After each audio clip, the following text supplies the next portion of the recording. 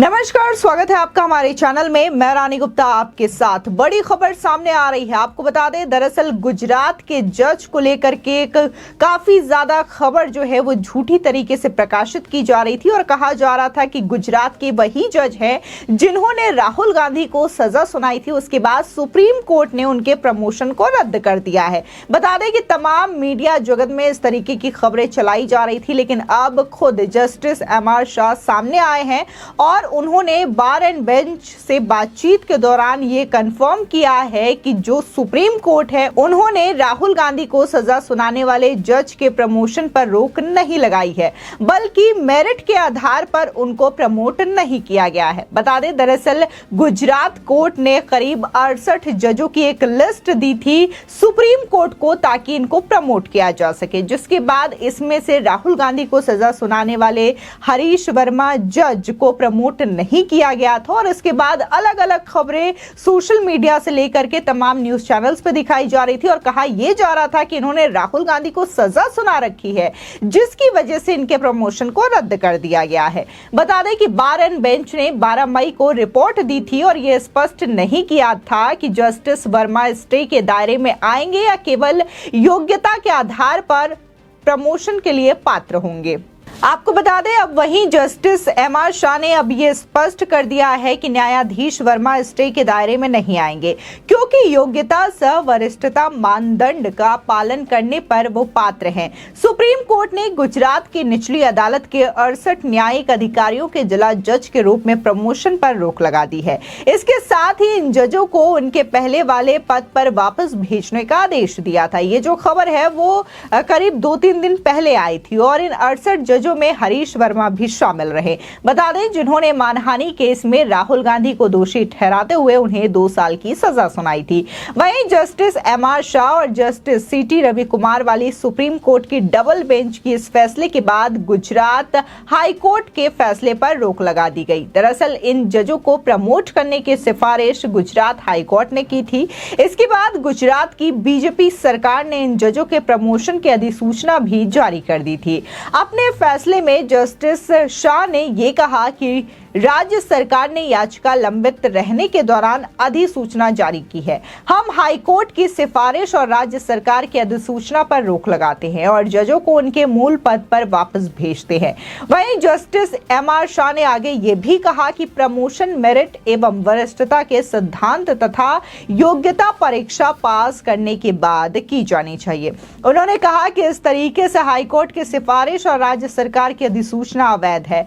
Court ने यह भी स्पष्ट किया था कि स्थगन आदेश उन जजों की सूचियों पर भी लागू होगा जिनका नाम 68 जजों के नामों के अलावा है। आपको बता दें, जस्टिस एमआर शाह 15 मई 2023 को रिटायर होने वाले हैं। इसके बाद ये मामला सुप्रीम कोर्ट की नई बेंच के पास चला जाएगा। देश के मुख्य न्यायाधीश डीवाई चंद्रचूड़ जिस बेंच को ये मामला सौंपेंगे उसमें अब आगे की इसकी सुनवाई होगी। फिलहाल आपको बता दें कि 68 जजों के प्रमोशन को सुप्रीम कोर्ट में चुनौती दी गई थी और सीनियर सिविल जज कैडर के 2 अधिकारियों ने अपनी याचिका में कहा था कि 65% कोटा नियम के तहत इन जजों का प्रमोशन किया गया है, जो कि अवैध है।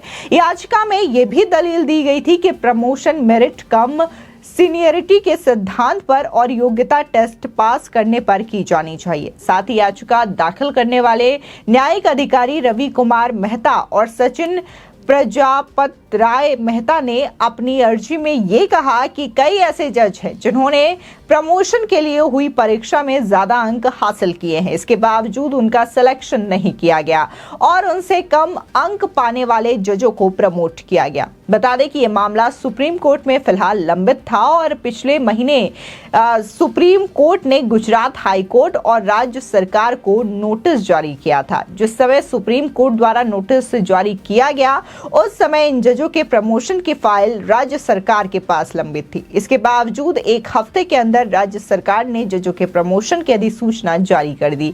बताते चले यहाँ पर कि प्रमोशन वाली सूची में राहुल गांधी को मोदी उपनाम से जुड़े मानहानि के मामले में उन्हें 2 साल की सजा सुनाने वाले जुडिशियल मजिस्ट्रेट हरीश हसमुख भाई वर्मा और गुजरात यूनिवर्सिटी मानहानि मामले में दिल्ली के मुख्यमंत्री अरविंद केजरीवाल को समन जारी करने वाले जज भी शामिल हैं। दरअसल न्यायिक अधिकारी रवि और सचिन ने भी प्रमोशन से संबंधित ये परीक्षा दी थी। इस परीक्षा में रवि को 200 में से 135.5 अंक मिले थे, जबकि सचिन को 148.5 अंक हासिल हुए थे। वहीं राहुल गांधी को सजा सुनाने वाले जज को सिर्फ 127 अंक ही मिले थे। इसके अलावा भी कई ऐसे जज हैं जिन्हें रवि और सचिन से कम अंक मिले, इसके बावजूद इन्हें प्रमोट किया गया। तो ये मामला जो है वो सुप्रीम कोर्ट में गया था, जिसके बाद लगातार सोशल मीडिया से लेकर के तमाम न्यूज चैनल्स पे ये भ्रामक खबरें फैलाई जा रही थी, गलत रिपोर्ट बताई जा रही थी और कहा जा रहा था कि जो हरीश वर्मा जस्टिस हैं उनको दरअसल प्रमोट करने से रोक दिया गया है और ये काम सुप्रीम कोर्ट के द्वारा किया गया है। साथ ही ये कहा जा रहा था कि इन्होंने राहुल गांधी को सजा सुनाई है जो कि संविधान के खिलाफ था और कहीं ना कहीं एक बदले की भावना से सजा सुनाई गई थी, क्योंकि ये भी आरोप लगाया जा रहा था कि ये कभी बीजेपी की ओर से वकील के रूप में पेश हुआ करते थे गुजरात के हाई कोर्ट में, और अब जब राहुल गांधी को इन्होंने एज ए जस्टिस सजा सुनाई है तो ये कहीं ना कहीं बदले और राजनीतिक द्वेष की वजह से ये सजा सुनाई गई है। लेकिन इन तमाम आरोपों से अब ये मामला खारिज हो चुका है। दरअसल जो प्रमोशन का मुद्दा है वो मेरिट पर है, अंक पर है, योग्यता के आधार पर है, ना कि इस तरीके के किसी मनगढ़ंत बातों की वजह से है कि किसी व्यक्ति को जज ने सजा सुना दी है, राजनीतिक वजह से उनका प्रमोशन नहीं हो पाया है। तो जिस तरीके से खबरें लगातार सोशल मीडिया पर चल रही थी तो इसको लेकर के फैक्ट चेक किया गया और बाकायदा खुद बार एंड बेंच ने इस बात की तसलीफ की है। उन्होंने जस्टिस एमआर शाह के साथ बातचीत की है और खुद जस्टिस एमआर शाह ने इस बात को लेकर के कंफर्मेशन दिया है, क्लियर किया है कि हरीश वर्मा का जो प्रमोशन है वो उनकी वरीयता को लेकर के अटका है, उनकी योग्यता को लेकर के अटका है। आपको बता दें दरअसल राहुल गांधी को गुजरात की डिस्ट्रिक्ट कोर्ट ने 2 साल की सजा सुनाई थी, क्योंकि उन्होंने मोदी सरनेम को लेकर के टिप्पणी की थी और कहा था कि ये सारे के सारे मोदी चोर होते हैं।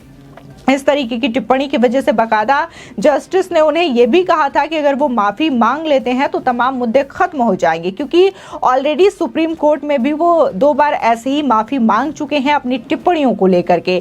साथ ही जज ने यह भी कहा था कि अगर राहुल गांधी को अब सजा नहीं सुनाई जाती है तो एक पूरे समाज पर यह नेगेटिव असर डालेगा, क्योंकि राहुल गांधी एक सांसद हैं, एक जन नेता हैं और जब ये कोई बात करते हैं तो इनकी बातें बहुत ज्यादा लोगों को प्रभावित करती हैं।